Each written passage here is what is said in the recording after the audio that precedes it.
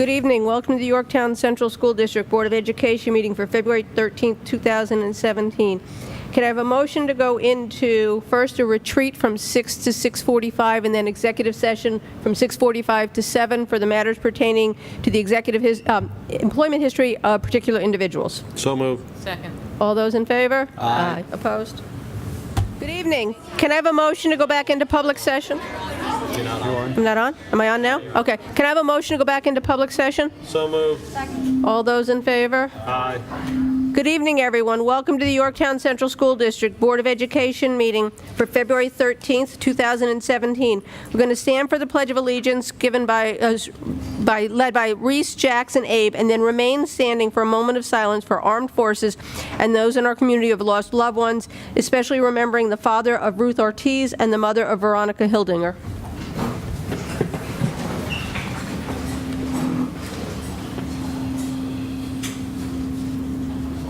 I pledge allegiance to the flag of the United States of America and to the republic for which it stands, one nation, under God, indivisible, with liberty and justice for all.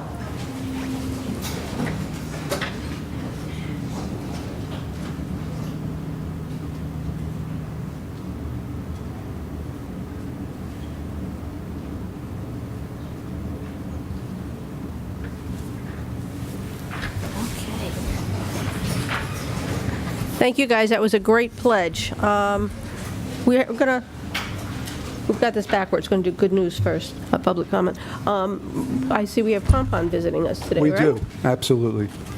So you ready to welcome them? We are ready to welcome So good Pompon. evening, everyone, and thank you for being very patient, waiting for us to come out into public session.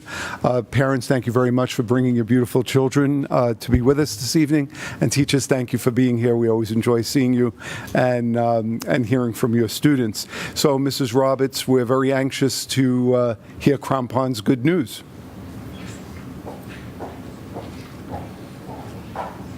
Good evening, Dr. Napolitano, Mrs. O'Shea, Mr. Cole, Mrs. Carbone, Mr. Mignani, and Board of Education trustees. We are honored to be sharing Crampon School's good news with all of you this evening. Our goals tonight are to highlight how our work continually is focused on the Board of Education goals as outlined in Dr. Napolitano's action plan, as well as demonstrating how our school community is invested in the United Nations goals, as well as taking the title of National District of Character quite seriously. Our school community, as you witnessed in December, is committed to helping others. This work is ongoing and deeply rooted into the fiber of who we are and what is modeled by all of you each day. It seemed very appropriate that this segment of the Board of Education is referred to as the good news. What we would like to share with you tonight as our good news is a tale of children helping children. They did something for children they will never meet or talk to, never have the chance to play with, and never receive a verbal thank you from. That doesn't seem to matter, because what they did will be appreciated not only by the recipients of their kindness, but by others who they inspired with their generosity and heartfelt wishes. Perhaps someone in their family or social circle, or even those who hear about what they did tonight, will feel so moved that they will, in fact, do something to help another person in need. I proudly present Mrs. Floor, who will explain what our children are doing to help others. Thank you.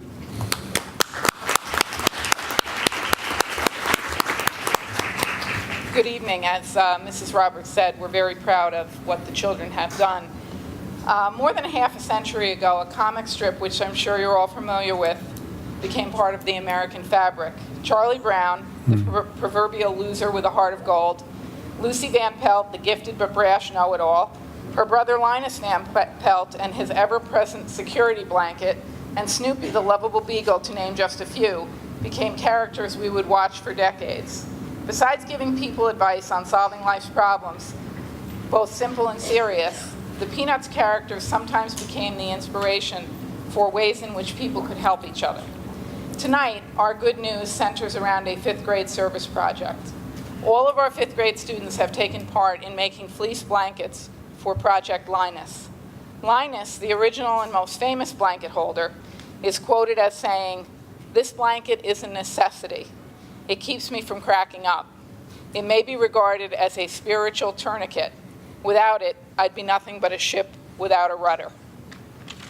Mr. Flanagan has a clip he'll play. Right, time for our Making a Difference segment, and tonight what the U.S. military might call Operation Provide Comfort is about one woman's idea to do just that, provide comfort and a companion for those who need it most, and at a very vulnerable time. A report tonight from NBC's Roger O'Neill. Almost every child has had one. A blanket. Our first friend. Do any of these look good to you? But Karen Locke's $20 nose in the hands of a sick child. A blanket can work magic. You learn that it's not just all the medications that make somebody better. It's a nice big cozy one. It's how you speak with them. It's how you comfort them. A hobby and a picture of a little girl with cancer was the start of Project Linus 11 years ago.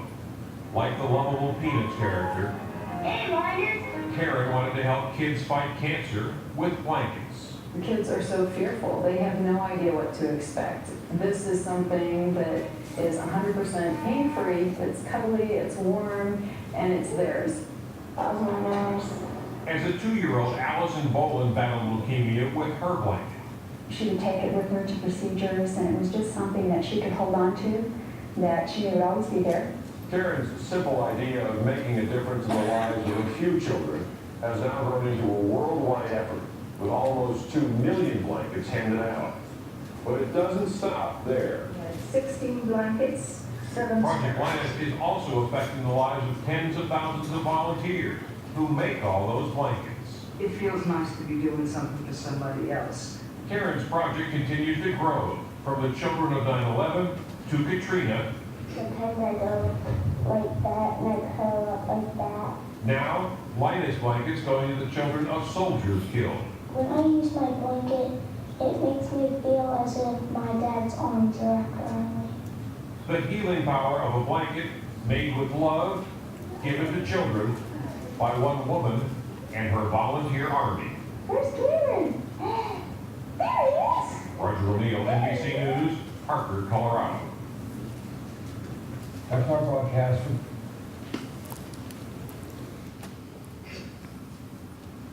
Good evening. I'm Valerie Stern. Project Linus is a nonprofit organization dedicated to providing security through blankets for ill or traumatized teens or children. It was begun in 1995 by Karen Lukes.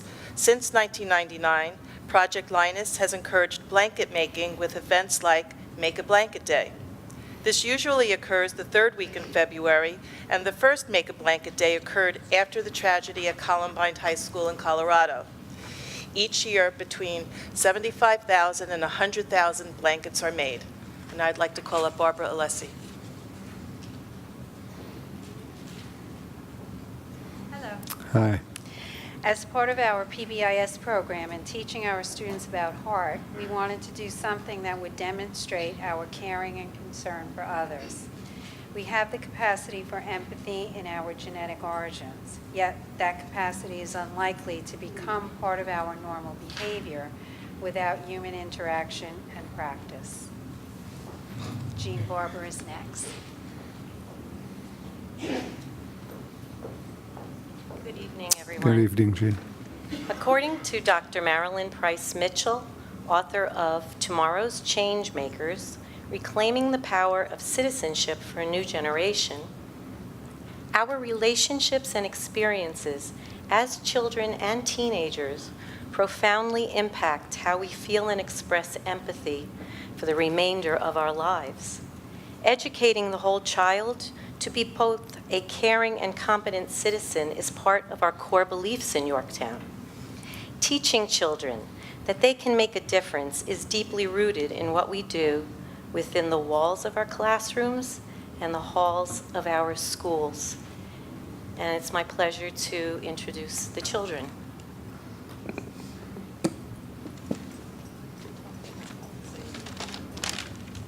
Tonight we have brought some of the 56 blankets that were made for Project Linus, as well as some of the well wishes we wrote for the children who will receive our blankets.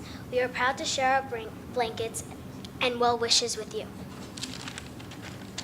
Hi, my name is Reese, and I'm from Mrs. Flores' class, and here's my letter. Dear friend, this blanket comes from my heart. I hope that this blanket will make you feel as happy as I did while I was making it. I want you to know that you are cared for. Hopefully this blanket will get rid of all your worries. My fellow classmates and I worked very hard on this blanket, hoping this will put a big smile on your face. No matter what, just keep smiling and cuddle this blanket through your toughest times.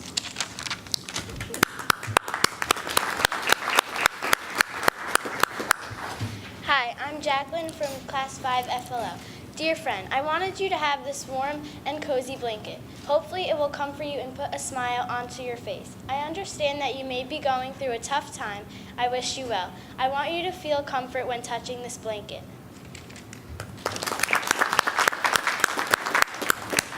Hi, my name is Julia from Miss Flores' class. Dear friend, here is a nice cozy blanket for you to have. I hope you feel better soon. I hope it makes you happy and makes you feel better. I want you to know that you will be okay and you will get better. This warm blanket will be with you the whole time.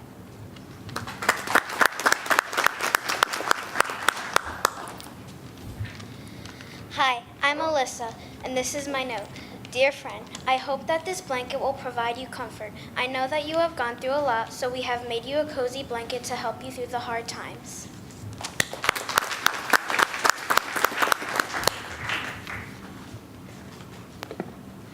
Hi, my name is Angelise, and I'm from Mrs. Cavallo, Mrs. Fanero's class, and this is my letter. Dear friend, I hope that when you receive your blanket, that it will make you smile and feel loved. My classmates and I took our time to make this blanket just for you. I would like you to know that you are special and unique, and that's what people love about you. You have a beautiful heart that makes everyone want to be your friend. You are strong and kind, so be who you want to be. When I am with my blanket, I feel safe and loved, like nothing could ever hurt me, and I hope you feel the same.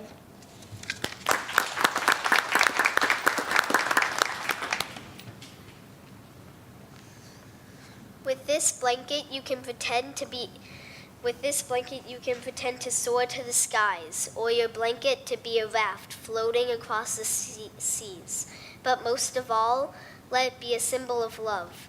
Let it remind you of all of the people that care about you.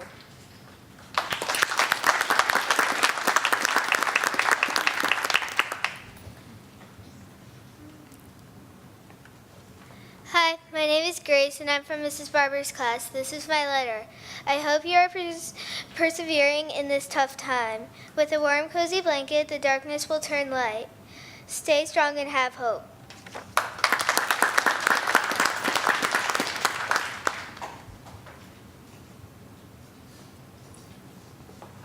My name is Julia Whalen. Then this is my letter. My class has sent you a very special blanket, and I hope that this blanket makes you feel happy and safe. Friend, always remember to never give up on your dreams. I hope that reading this letter will make you smile.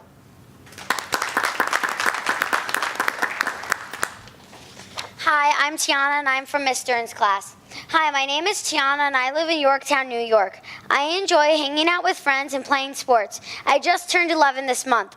I hope this blanket gives you comfort. I have a special blanket and stuffed animal that gives me comfort when I go to bed. Our class enjoyed helping to put this blanket together for you. Hope you feel better soon.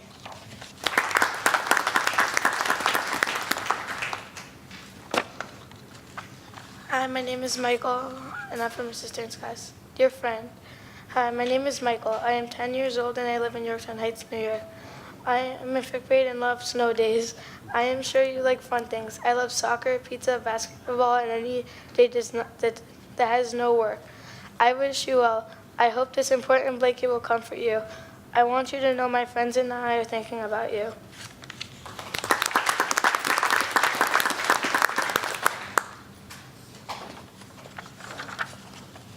Hi, my name is Caitlin, and I'm in Mrs. Stern's class. Dear friend, hi, my name is Caitlin, and I live in Yorktown Heights, NY. I enjoy hanging out with my friends and playing sports. I made this blanket so that it can comfort you. I know that you might be going through hard times. I want you to know that me and the rest of my class care about you.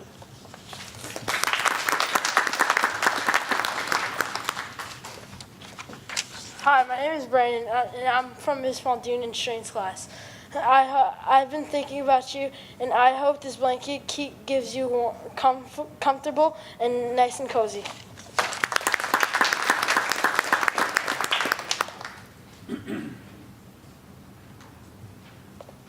Hi, my name is Cynthia, and I'm from Mrs. Alessi's class.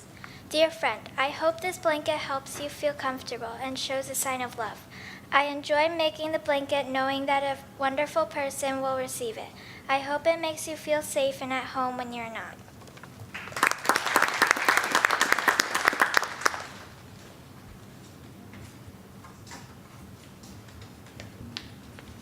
Hi, my name is Caitlin from Mrs. Alessi's class, and this is my letter.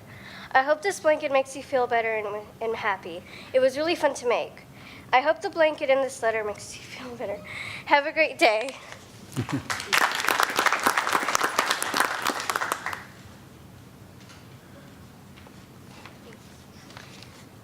Hi, I'm Cassidy. And I'm Maria, and we're from Miss Shiland's class. This poem is called With Tender Love and Care.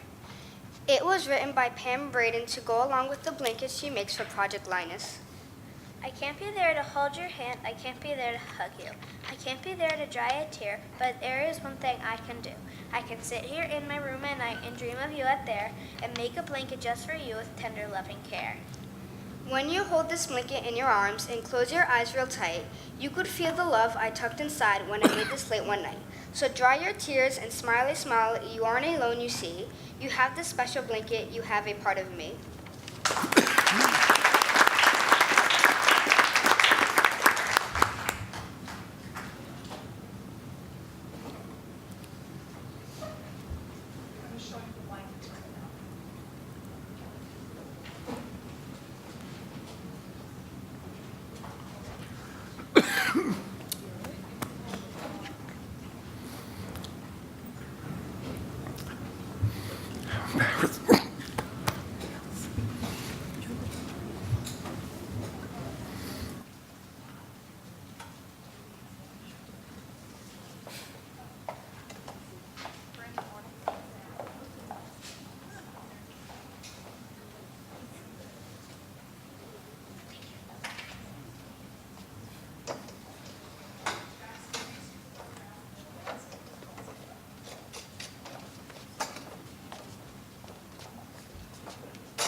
We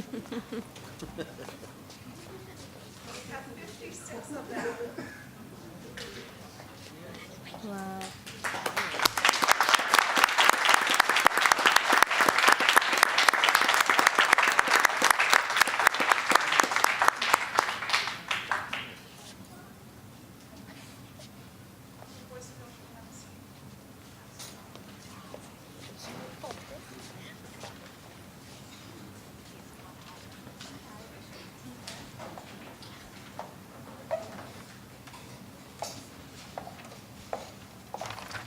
Aren't they beautiful?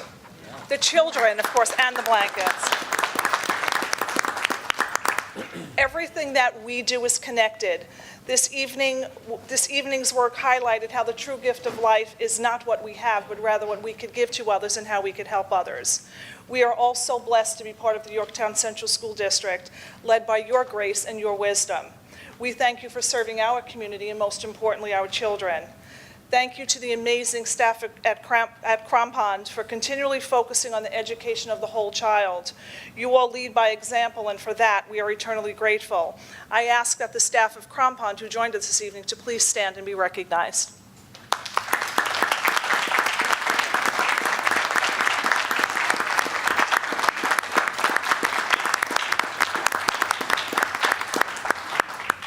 Most importantly, thank you to our students who are truly our inspiration. You all need to stand and be recognized, please.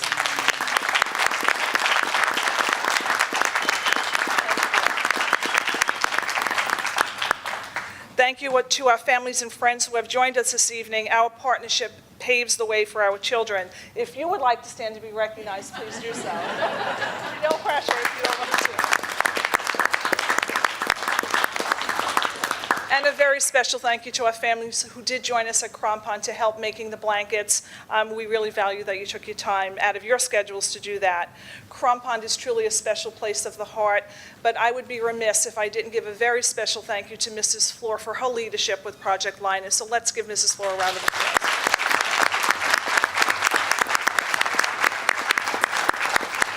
Thank you very much.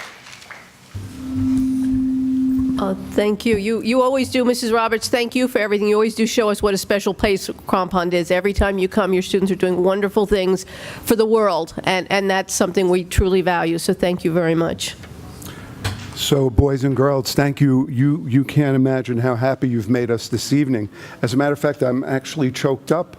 You remind me of how important it is for us to think about others, and all of the words that I heard each of you include in your little remembrance to the person who will eventually receive your blanket is very special. I thought the one word that really captured it all, though, was the word hope.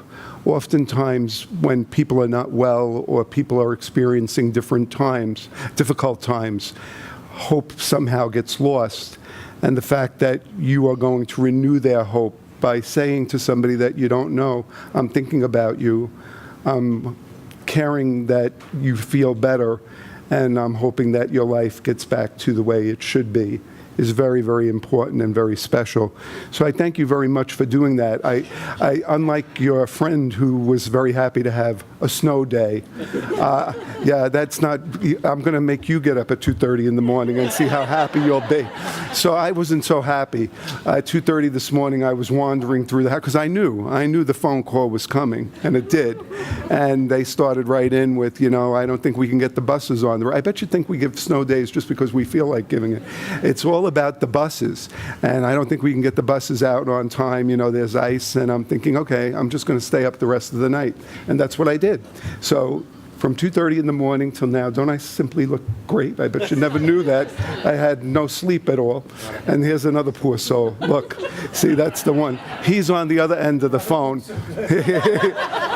Yes, you don't put it on as well as I do. You know what I'm saying? And I was windblown today. The wind kind of helped me to get this new look. It's called the natural, what's left of your hair, stand up.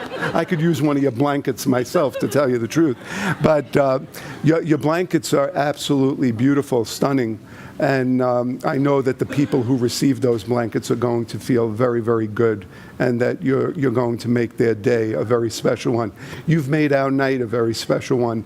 I always love when the Crampon students and faculty and staff come, because I know I'm not supposed to say this, but you're my favorite building. You didn't hear what I just said. You'll have to cut that. And I do enjoy so much seeing you and hearing about all that you're doing. And thank you, Mrs. Floor, and fifth grade teachers. And thank you for those of you who are fourth grade teachers and still showed up, and reading teachers. I especially feel good about that. It's so nice to see all of you, and to think about how even a small change that we make does make a big difference to somebody who's really looking for hope. So thank you, Mrs. Roberts. It was a beautiful evening. Thank you. I have to stay. And by the way, if any of you want to stay, not only do I get up at 2:30 in the morning, I get to stay when you get to go home. So if you don't want to go, you can hang out too. And I'm calling you. You give me your telephone number. When I get up at 2:30 in the morning, you're the first person I'm calling from here on in. You're not going to like snow days so much after that. And I have to tell you, one of my former students is in the audience. I probably told you this story. This is boring.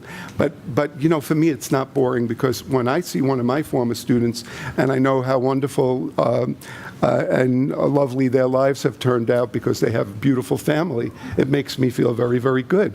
So Lisa Bastone, who you wouldn't know, because now you're saying there's no Bastone in our class, so how could that be? Who's now Lisa Bastone Valley, is in the audience right there.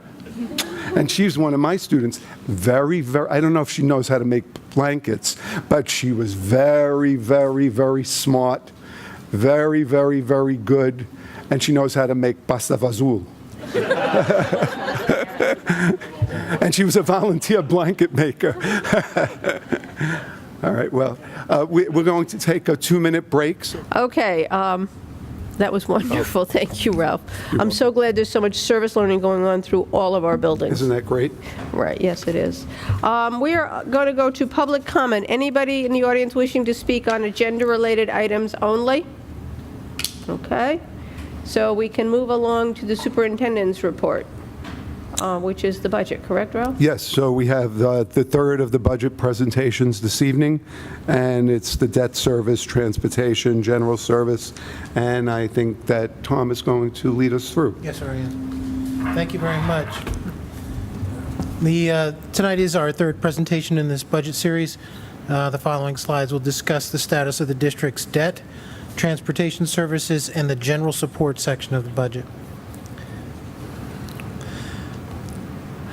You've seen this chart before, and you'll see it in every presentation we do.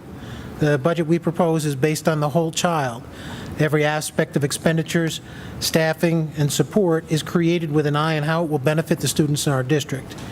Our school district has been recognized as a National District of Character, in large part due to the character-based programs available to students K through 12. So let's talk about the district's debt. The district's outstanding debt will stand at $31,525,000 at the end of the current fiscal year. The last payments of the 2001 capital projects bond issue will be made during the 2017-2018 school year.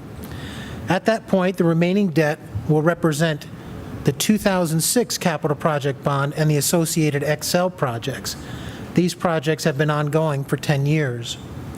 We've discussed the capital reserve proposal that will be on the ballot for voter consideration in May alongside the budget.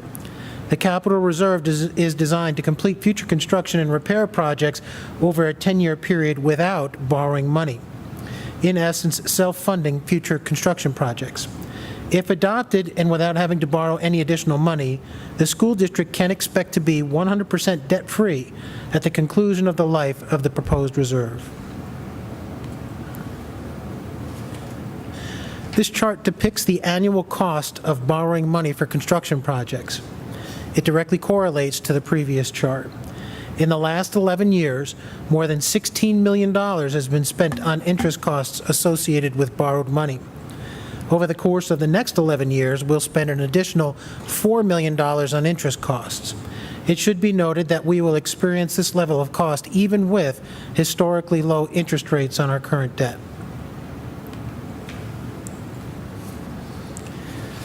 Again, the 2001 bond will mature in 2017-2018. The final payments on that bond are highlighted here.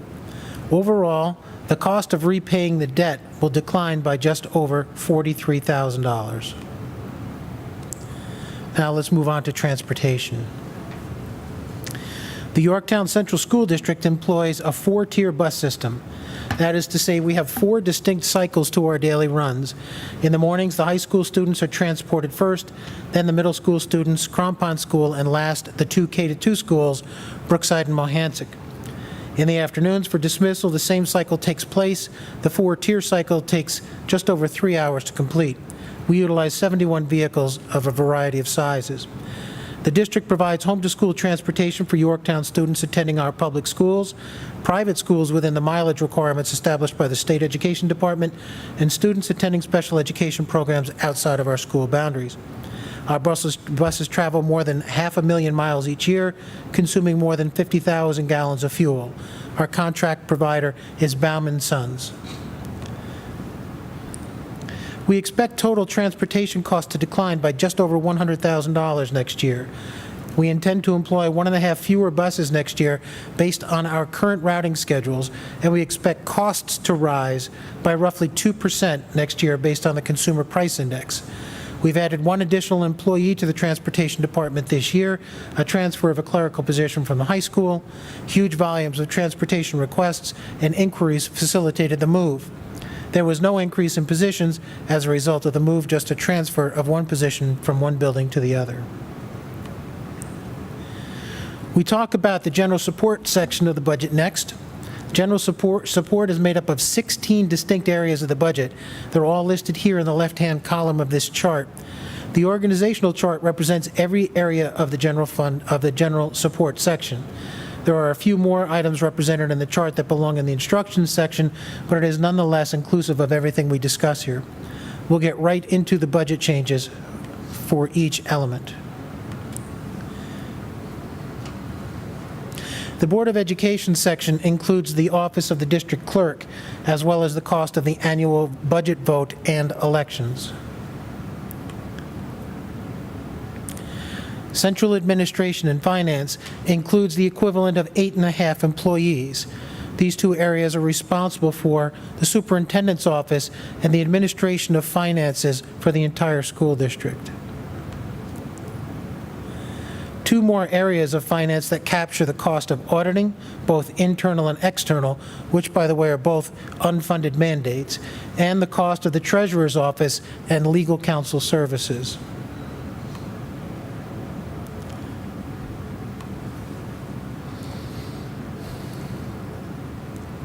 Human Resources is home to 3 employees. The special items section of the budget is where we find liability insurance costs, the cost of Xerox workstations throughout the school district, and some of the BOCES-related services and their associated administrative costs.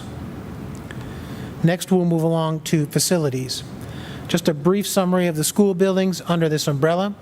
The French Hill School is still idle, but being leased out to 12 individual tenants. The school district's wrestling program is located in the building, and we retain a series of rooms for storage purposes. Here's a brief look at the structure of the facilities group. The director reports to the assistant superintendent for business and is a member of the central administrative cabinet team. The current staffing levels of the facilities department remains the same year over year. Just as a point of information, we have 2 fewer employees than when French Hill was idled in the 2010 school year. The cost of utilities continues to decline. We expect significant savings from the prior year budget in both electricity and fuel oil. The uptick in the equipment code is related to purchases of floor cleaning equipment that will add to labor efficiencies and the purchase of a scissor lift for the changing of light fixtures in the high school.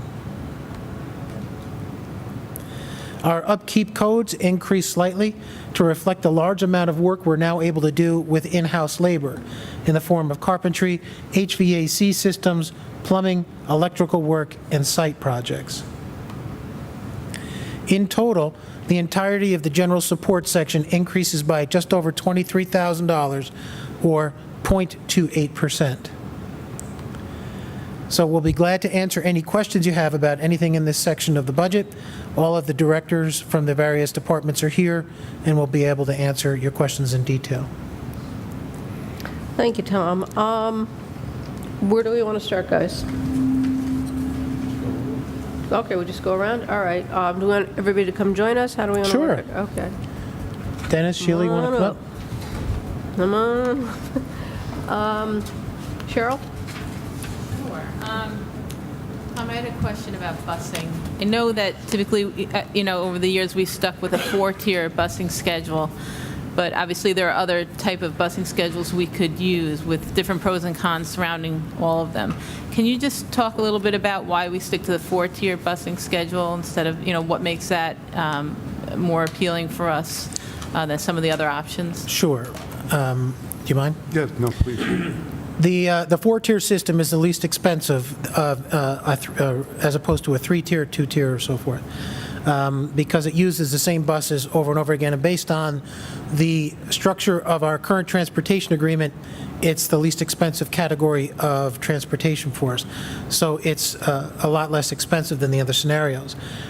The most significant scenario that we could undertake would be to go directly to a 2-tier system, which would consolidate the middle school and high school runs and then the elementary runs.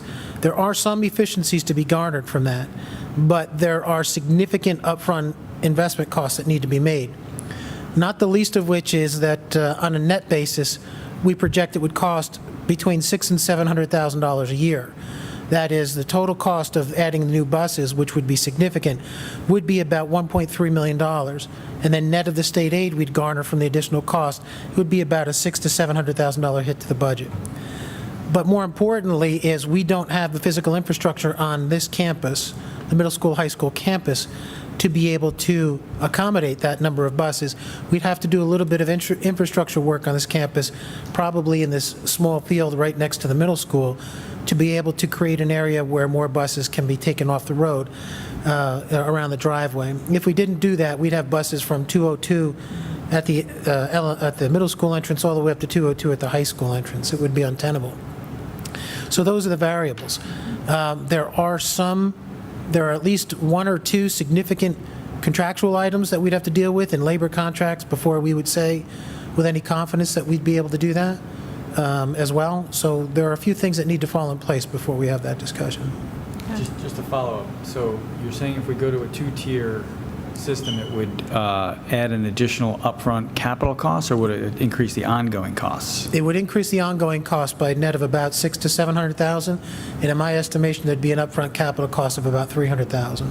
What would be the benefit of increasing our costs? In that particular case, the benefit is from being able to share services with teachers between buildings on a more efficient and regular basis.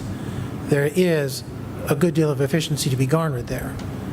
But this is, after investigating it, there are a number of steps I think that we need to meet first before we could have the discussion in a significant way. Well, there's also a benefit to having more control over the start times, particularly for our high school students, correct? Yes. They'd potentially be able to go in later because we don't have to have as many routes running it. Yeah. There's also the tangential benefit of, even on delays. Right now, if we were going to delay school on a snow day, we have to make a decision by 5 o'clock in the morning because our bus is on the road just after 6. Under a two-tier system, we may have another hour to contemplate. So those are, and the same thing with early dismissals. So there are some tangential benefits as well. You'd still wake Ralph up at 2 in the morning, though. Maybe you could sleep till 3 But my instead. question is, if we did something like that, would the amount of buses we'd need be able to cover the, I can't imagine how much longer kids would have to be on a bus if you're taking them from one school to another school. I mean, it's one thing on this campus, but when you're having to go from, Mohansick to Crampond or Brookside to Crampond because you've got, those different bus levels, I don't know how you would do that. We've scheduled them. We have just an incredible person in transportation, Patty Sauber. She scheduled these things out. In that type of a scenario, you would see 2 buses per neighborhood in some cases, because we couldn't put every student from that neighborhood on the one bus. So, but it can be done. It's a significant investment in new buses, though. When you say significant investment in new buses, you're not talking about the district purchasing the buses. That's done by Bauman, but our costs would in fact go up. Our costs would go up for each new bus we added, right? Yeah. Does Bauman even have the space to put more buses in their lot? It would be a consideration. I don't know if they do or not. Well, in that scenario, they'd most likely be taking offline some smaller vehicles in exchange for some larger ones, right, in order to accommodate the additional students. But, whether that's a big increase in space, I don't know. Tom, would you be able to shed some light on what are some of the factors that go in when you estimate Bauman's line item or their specific budget for next year? So I think we're estimating we'll need fewer buses for next year? Yes, we're looking at, this year, we're about $300,000 under budget. We've been able to remove several buses from the transportation runs based on the efficiencies of the scheduling that Patty Sauber in particular has been able to do. So we project for the next year based on enrollment. Our enrollment is essentially unchanged. It will decrease slightly overall K through 12, but not in a material way. So we project those costs into the next year at an increased rate of about 2%, which is our contractual language. So the CPI we're estimating will come in at about 2%. So we've put that in the budget. And then we've also added 2 contingency buses, because typically we have special education needs throughout the year. Even with that, we expect to be $100,000 below the current year's budget next year. So it's really a remarkable job being done in transportation. We, as a matter of fact, we had a consultant come in not too many years ago to make sure that we're being as efficient as possible with our routing. And the consultant, when he did the transportation routes, his routes weren't even as efficient as Ms. Sauber. So we know we're getting a great deal of expertise out of that department. Did we get our money back from him? I think we changed auditors. So I just wanted to point out, if I heard you correctly earlier, the increase in the salary line was only a transfer from another part of the budget. That's so correct. technically, the reduction in cost year over year is even a bit better. It is. than It's the closer to 100,000. 200,000 on apples-to-apples basis, yes. Anybody else have any more? I just had a question about the debt. I just wanted to Sure. clarify something. sure. So slide number 4 indicates the debt service cost for 17-18 is about $900,000. Correct. And then on the next slide, it indicates that the total debt service is about $6.5 million. Yes. So the rest of it is just what, paying off principal, or? The rest of it's, yes, the slide number 4 is the interest cost associated, the annual interest cost associated with the outstanding Yep. principal amount at that point, yeah. But the difference between the two is just paying off principal. That's correct. Okay, Yep. good. Thank you. You're welcome. Any other questions? No. Mike? I think mine's more of a comment than a question, but in regards to the borrowing costs on our capital projects and our bond, I think it says a lot that the prior 11 years, our interest costs were $16 million, and we're projecting the next 10 to only be a little over $4 million. I think that's obviously a result of the interest rate environment that we've borrowed in more recently, but also to the fact that we've been able to refinance some of our existing holdings and bring the rates down. The other cautionary tale there is don't expect that to be the environment if we have to go out and borrow again. So it's important that we look at the big picture and not take the good news for granted. Let's make sure we plan accordingly so that hopefully we can get to 2030, 29, 30, you know, without any additional debt burden. That'd be huge. Well, I think we've been very careful because we added the 2006 bond and we haven't added any additional bond money since then. We managed that debt very well. Yeah. And this may be a good time, forgive me, to do a commercial for the Capital Project Reserve Fund. This is why I think it's so important that the public really consider when they see that on the May resolution in May to vote for, that they would take that very seriously, since it really would mean that we would be able to continue some great work in terms of maintaining our facilities and improving our facilities, but without these interest costs that accompany bonds. Again, the idea of using our own money seems very smart. We've done it in the past, and we've been very successful, and I'd like to see that happen. Well, if you look at that $16 million we've already paid in interest with another $4 million, that's $20 million. Imagine what we could have done with $20 million more in bond money, Dennis? $20 million. You know, when you think about it, really how important it is for us to really send that message of that Capital Project Reserve Fund would do a lot of good for the district and a lot of good for our students. I think we've changed the philosophy in this district. Instead of waiting for it to all fall apart, we're constantly upkeeping. It's just like you're doing with education. You're constantly re-looking and re-upping and making it improvement. You don't wait for it to fall apart, and that's what Dennis has done in his department, which is, you can see it in every building when you walk in. Well, 11 years ago, I would say many of the facilities were in a very sorry state, you know, beyond disrepair.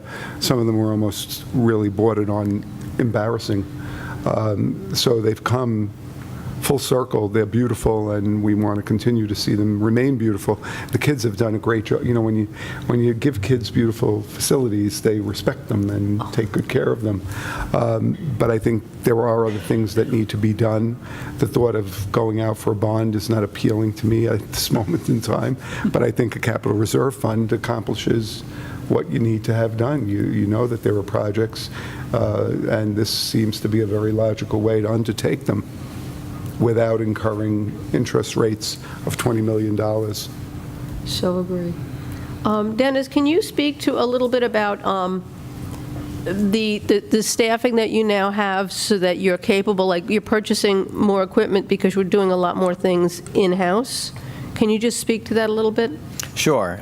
In our O&M department, we have a plumber, electrician, an HVAC mechanic, and a carpenter. So with those 4 individuals, we also have 5 groundsmen, so they kind of act as the support to these 4 tradesmen. And we get a lot of good projects done over the school year breaks that I guess in years past we would be contracting out to have done. So we're doing a lot more in-house with these 4 individuals with the support team, and then I got to mention the head custodians and their staff as well, because when we go into a building during the school day, we're kind of picking up those custodians to help with with these projects. And so what equipment, you're getting floor polishers and a lift and Yeah, other maintenance equipment? Yeah, exactly. As Mr. Cole alluded to, there's 9 pieces of floor cleaning, auto scrubbers, stand-on scrubbers, floor burnishers, epoxy floor scrubbers. So these are all new pieces of equipment to replace some old and failing pieces of equipment, and they will make us more expedient in doing the projects. Terrific. Just one other question on the operations of plant, the fuel oil line that's highlighted. I see it, we probably had this discussion last year when we were doing the budget, but I'm looking at the 15-16 actual versus the 16-17 budget for this year. It more than doubled. What was driving that? Can you, I'm sorry. Yeah, sorry. It's slide number 18. Yeah. Well, the low price is for, you're talking about the $287,000 actual cost. Last year's prices were significantly lower than they even are now, and we're going to be close to $200,000 under budget this year? Correct. So even though we're projecting... So the cost didn't double, really. The cost didn't double, but we can't assume that these prices will be the same 18 months from now that they are currently. Okay. So we're showing the $60,000 reduction here, but we know that we're significantly under budget this year. My guess is, all things being equal and fairly stable, we'll probably be under budget on this line, but this isn't we can't manufacture this money. This has the potential with spikes in prices to be very expensive. And remember, they always tell us we're not allowed to hedge our bets on this. Right. I ask every We year. did put the contingency back in here. The $50,000 contingency is still in here as well. Although we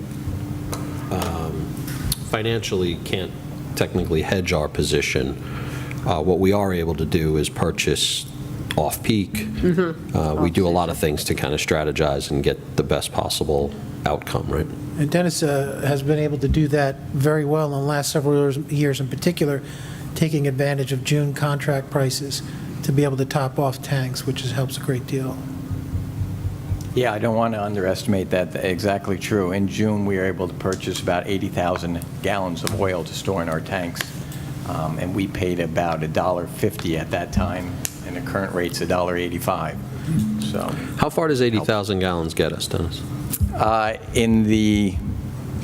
Right now where we are, we could go through this building alone 1,000 gallons every 4 or 5 days.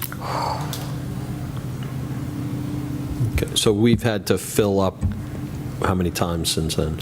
Since June, we've filled up probably 3 times. We topped off the tanks at each location. And So not remember, bad. our systems are far more efficient at burning oil than they used to be, the result of the 2006 bond. So the replacement of the, how old was the burner at Crom Pond? I think it was pre-World War II. Yeah. I'm not being facetious either. It was. Remember the one in Brookside? The lines, the upkeep of buildings, the upkeep of grounds, the upkeep of equipment is, those are just maintenance items? Yes. We have talented people, and we're able to get a lot done. So, for instance, we moved entire departments up to the annex buildings over here on this campus, special education department, the transportation department, the facilities department, all of the construction inside of those buildings was done by Dennis's crew internally. Saves a great deal of labor monies. Terrific. Yeah. All right. Good. Cheryl, anything else? Rashmi, Tom, Mike? So in total, everything you're showing us tonight is a 0.28% increase? Yes, that's pretty much going to be the theme throughout these presentations. Could you just speak to legal is down significantly? Why is that down? Is there Well, we've been carrying significant legal costs in the budget the last several years for things that environmental items, legal counsel for toxic materials, things of that nature. Now that the bond is coming to a conclusion, we've reduced that by about $20-some thousand. We think it's prudent, and that's what reflected in the budget. Terrific. All right. Anything else, guys? Nope. Nice job. Thank you. Dennis, Good great job. job on this. Thank you. Sheila, thank you. Great job. All right. One down. What's next? What's next week, Tom? The next one is the next is the tax cap calculation, because we have to have it in by March 1st. I think that's the only thing on the next presentation. But it's not next week. It's the 27th. That's it. Right, because school is out next week, right? Okay. All right, so we're up to personnel? Okay, upon recommendation of the superintendent, a motion that the following be approved. We have under certified personnel, a seasonal substitute appointment. We have a co-curricular high school, and we have other compensation, which are salary lane changes, which happen twice a year. So moved. Second. All those in favor? Aye. Opposed? Next. Oh, board reports, audit committee, Tom. Yes, we've got an audit committee meeting scheduled for March 22nd. We'll be reviewing the draft report from the internal auditors in the payroll space. So once we, review that report, once we're sort of happy with it and ask questions, we'll publish it to the board, and so you guys can have a closer look at it. Actually, we can send it to you even before the meeting, but I just want to let everybody know we'll be having that meeting on the 22nd. Terrific. Okay. Fiscal, Mike? Nothing at this time with the Fiscal Advisory Committee. We typically reconvene again after the end of the budget presentations to review the final budget and make any additional recommendations to the board. Okay. Policy? We last met at the end of January, and we're meeting again this Thursday. Between the last 2 weeks, since I didn't update last week, we have 12 policies were approved, will be approved tonight, 5 more, and 7 last week, 5 tonight. We had 5 deleted and 5 to be first read by the board. So we're really moving right along at a steady pace. So. Okay. Steering, we are meeting tomorrow morning. Dennis is happy about that. We're discussing cash projects. There are the doorknobs, there's the Brookside parking lot, there's a few things on the list, some lighting and stuff. I think the board also has to, or the administration has to make a determination as to what the steering committee's new life is going to be, because I don't know what we're steering. Right. There's no bond, and I think if we're going to change it, we should change it and set a mission or a directive for it. So we can throw that back to you. What are our choices there? I mean, we can... We're no longer steering the bond, but we Right, have- so can't the committee just go dormant? except we have the cash projects that are still going to be ongoing as, that go into the budget, so how do those get managed? You still have to work with your architects, your construction managers. I mean, it just determines what the board wants to do with it. If the capital projects fund goes through, you've got a whole nother set of issues. Okay, so I guess what I'm asking for is what are our options? We need those laid out so the board can decide what we want to do. In other words, well, it's what are the options for the steering committee? In other words, what can it do? What can it do? Do we have to change the charter? What is it? That's what we need to lay out. Right. Should probably talk to Margot. Yep. Thank you. Okay. Yep. All right. Action items to the board. Treasurer's report. A motion to approve the treasurer's report for January 2017. So moved. Second. All those in favor? Aye. Opposed? Claims audit report. A motion to approve the claims audit report for January 2017. So moved. Second. Discussion. I was very happy to see the list of what the exceptions are, because now we're starting to get a better idea of how we're moving forward. That was great, so thank you.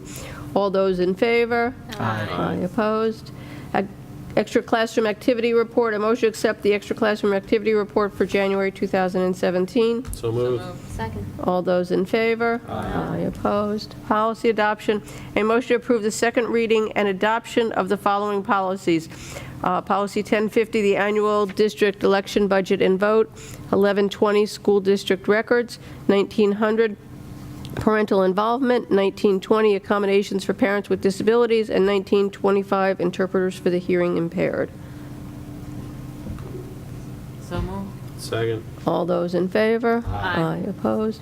Veterans tax reimbursement. Be it resolved that the application for reimbursement of the veterans exemption to Albert and Barbara Boutros in the amount of $1,005.02 for the 16-17 school year be approved pursuant to real property tax law section 550.2C. So moved. Second. Discussion. Go ahead. Go ahead.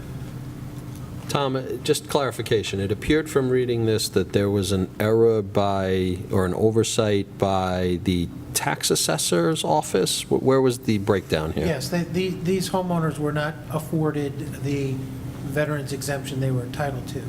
So they paid their school taxes and didn't get the exemption, so we're obligated to refund them. It looked like they had filed, done everything correctly, but somehow it got Somehow it did overlooked. not get on the town's assessment rolls Okay. correctly. All right, thank you. We sometimes get like the double paid taxes and stuff like that. We refund when the assessor. Anyway, all those in favor? Aye. Aye. Opposed? BOCES cooperative bid, whereas it is the desire of the participating school districts of the Board of Cooperative Educational Services, Putnam, Northern Westchester counties, adopting this resolution to bid jointly in those supplies, commodities, materials, and equipment set forth below for the 17-18 school year. Resolved, the Yorktown Central School District agrees to participate with other school districts of the Board of Cooperative Educational Services, Putnam, Northern Westchester County, New York, adopting this in the joint bidding of below. So moved. Second. All those in favor? Aye. Opposed? SECRA, I am not going to read the whole thing, but SECRA resolution for the Mohansick door hardware improvements. Be it resolved that the Board of Education of the Yorktown Central School District is hereby designated lead agency under the SECRA for the proposed action, and be it further resolved that the Board of Education hereby determines that the proposed door hardware improvement project at Mohansick Elementary School is type 2 action pursuant to section 617.5 C1, 2, and/or 8 of the SECRA regulations and will not have a significant adverse impact to the environment, and that no further review of the proposed action is required. So moved. Second. Discussion. Go ahead. This is, I'm gonna say this because I already said, this is the dumbest thing we've ever had to do. We I've were never seen replacing this before. doorknobs inside, but because it's outside of the bond, we have to say the SECRA has a negative impact on the environment to replace doorknobs inside your building. This is New York State. But because it's outside of the bond, we have to do this? Because this is a cash project. This is not money that we. It qualifies as a capital project Right. because of the dollar amount, so. But we did a SECRA when we did the original bond. That covered everything? 2006. Ah, Basically okay. everything under the bond, yeah, because we did all that. We only did a SECRA, I think, when we did the field, we had to do a SECRA. Yeah. Okay. And just, what does it mean that we're the lead agency? That was a little... It's, we're the owner. Okay. We take responsibility. So going forward, we're going to have to do this every single time we do a project? It's possible. Can we do one at the beginning of the year that covers all the projects for the year? No. Why? That's what we did with the bond. No, because it encompassed what we were doing. These are cash projects that go up to SED separately. They Yeah. don't have an overarching. I guarantee we'll have to do this for the parking lot at Brookside. Okay. I told you, I started out, I said it to Dennis already, it's the dumbest thing we've ever had to do. They're doorknobs. Well, look, on our part, it's easy. We just say yes. But obviously, there's a lot of work that goes into behind all of this. That Yes, seems we're paying the incredibly architects. wasteful. Sure, there's a cost to this. Great. Yeah. Thanks. Thank New York State. Nope. All those in favor? Aye. Opposed? It's a very unhappy aye. Voting machine agreement. Be it resolved that the Yorktown Board of Education approve the agreement between the school district and the County of Westchester for the use of electronic voting machines, including the other equipment and services for the May 16, 2017 annual meeting, and if necessary, the budget revote to be held on June 20, 2017. And be it further resolved that the board president is authorized to execute such agreement, a copy of which is incorporated by reference within the minutes of this meeting. So moved. Second. Discussion. Go So ahead. that means we'll now be using the optical machines? We did last year for the first time, too. Oh, okay. Yeah, they Mm-hmm. won't let us use the other ones. Okay. I like the other ones. All right, all those in favor? Aye. Opposed? Certified county election inspectors. Be it resolved that the Board of Education of the Yorktown Central School District appoint the following individuals as election inspectors for the 2017 annual school district election and budget vote to be compensated hourly rate of $11 an hour. And then B, resolved that the Board of Education of Yorktown Central School District appoint Jenny Menton Grasso and Rose Thornton to serve as the Board of Registration Inspectors for the 17 annual school district to be compensated at a rate of $11 an hour. Be resolved that the Board of Education appoint Robert Cohen and Leslie Bendusi and Judith Bloom to serve as chief election inspectors for the annual vote, be compensated at a flat rate of $225. Be resolved that the Yorktown Central School District appoint Jackie Carbone as the permanent chairperson for the 17th school district election. I'm going to give that up. Resolved that the annual school district meeting, including the budget vote and board election for the Yorktown Central School District, be scheduled for Tuesday, May 16th, 2017, between the hours of 7 a.m. and 9 p.m. at the Mohansick Elementary School at 704 Loxley Road, Yorktown Heights. Be it further resolved that the registration for the 2017 annual school district meeting and election will be held on Monday, May 8th, 2017, in the lobby of the Mildred E. Strang Middle School between the hours of 4 p.m. and 8 p.m. Be it further resolved that the absentee ballots for the election of the board members and the adoption of the annual budget will be provided in accordance with Section 2018A of the Education Law, and be it further resolved that the district clerk shall give notice, as prescribed by law, of the time and place of holding the annual school district meeting, election, and vote on the annual budget, and may amend the notice of annual meeting as, in her discretion, may be necessary. So moved. Second. All those in favor? Aye. Opposed? All right. Special ed placements. Motion to approve the following special ed placements as of February 13th, 2017. So moved. Second. All those in favor? Aye. Opposed? Board comment. Mike, you want to start? Sure. That was one of the most, I don't know, touching, emotional, good news segments we've ever had. It was really fabulous. Blew me away. The concept's great. The blankets is wonderful, but what the kids wrote really was very, very touching. And it's amazing how, at that age, how articulate they are and how they can convey expression and feeling so well. It was just fabulous. And then the other thing, I guess, is more of a question for Yvette. The upcoming election, when do ballots and stuff have to go in? Absentee ballot? No, the board members' petitions. Oh, April 18th at 5 p.m. Okay. And when will they be available? I have them ready. Okay. Petitions? Well, you have to make them available. Head start. We have 2 seats are Yes. up this year. Okay. Yep. You can just call me or I can email them now. Okay. Great job by the Crampon students and the teachers, and also great job, Tom, on the presentation on the budget item.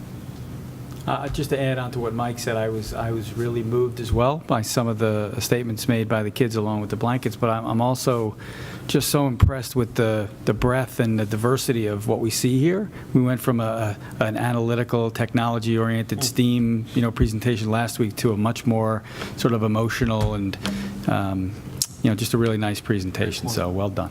Yeah.